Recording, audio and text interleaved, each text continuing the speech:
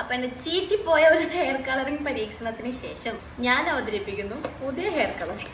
Birds of paradise എന്ന് പറഞ്ഞിട്ടുള്ള Instagram പേജിൽ നിന്ന് ഞാൻ ഓർഡർ ആക്കിയതാണ്. ഈ കളർ എങ്ങാനും കൂടി പോയി കഴിച്ചിട്ടുണ്ടെങ്കിൽ എന്നെ വീട്ടിൽ നിന്ന് ചവിട്ടി പുറത്താക്കുമെന്നാണ് അമ്മ പറഞ്ഞേക്കണം. Because she doesn't like hair colouring. അതെ, ആ പെട്ടിക്കകത്ത് ഹെയർ കളർ ചെയ്യാനുള്ള ബ്രഷ്, ഗ്ലൗസ്, ഹെയർ ടിന്റ്, അതുപോലെ ഡെവലപ്പർ, അങ്ങനെ എന്താണ്ടൊക്കെ ഉണ്ട്. അപ്പൊ ഞാൻ നോക്കി പഠിക്കുകയാണ് ഇതൊക്കെ. ഇനി എങ്ങാനും കളർ വന്നില്ലെങ്കിലോ എന്ന് വിചാരിച്ചിട്ട് അവർ പറഞ്ഞ പോലെ തന്നെ ചെയ്യാന്ന് വിചാരിച്ചു. കളർ കൂടരുതേ. എങ്ങാനും കളർ കൂടിപ്പോയാൽ അമ്മ പിടിച്ച് പുറത്താക്കുകയും ചെയ്യും. അതുപോലെ കുറഞ്ഞു കഴിഞ്ഞാൽ പൈസയും പോകും. ഇതിന്റെ അളവൊന്നും എനിക്കറിയില്ല, അതാ വേറെ പ്രശ്നം. കളർ വരണം എന്നൊരൊറ്റ ആഗ്രഹത്തിലാണ് ചെയ്യണമെങ്കിലും പേടിയാണോ? ഒരു ജീവിതമല്ലേ ഉള്ളൂ, നമ്മൾ ഇങ്ങനെയൊക്കെ ചെയ്ത് തീർക്കണം. ഇതിനാണ് ഈ കളർ വരുമെന്ന് പേടിച്ചിരിക്കണേന്ന്. പിന്നെ കഴിഞ്ഞ ആഴ്ച കളർ ചെയ്തപ്പോ താഴെ കമന്റ് കണ്ടു അലുമിനിയം ഫോയിൽ യൂസ് ആക്കാൻ. അതുകൊണ്ട് ഞാൻ അതും വാങ്ങിയിട്ടുണ്ട്. ഇനി അതില്ലാത്തതുകൊണ്ട് കളർ വരാതിരിക്കണ്ട. I'm ready.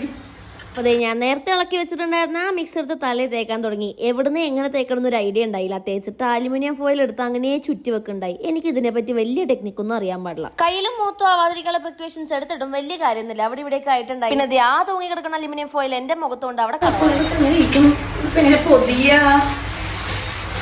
അതുകൊണ്ട് കളർ ചെയ്ത ഭാഗം മൊത്തം ഞാൻ അലുമിനിയം ഫോയിൽ വെച്ച് അങ്ങോട്ട് കൂട്ടിക്കെട്ടി. കണ്ടില്ല? അപ്പൊ അത്രയ്ക്കുള്ളൂ. ഇതൊക്കെ ചെയ്തപ്പോ എനിക്ക് ഇച്ചിരി സന്തോഷം കിട്ടി. അപ്പൊ അടുത്ത വീഡിയോ കാണാം.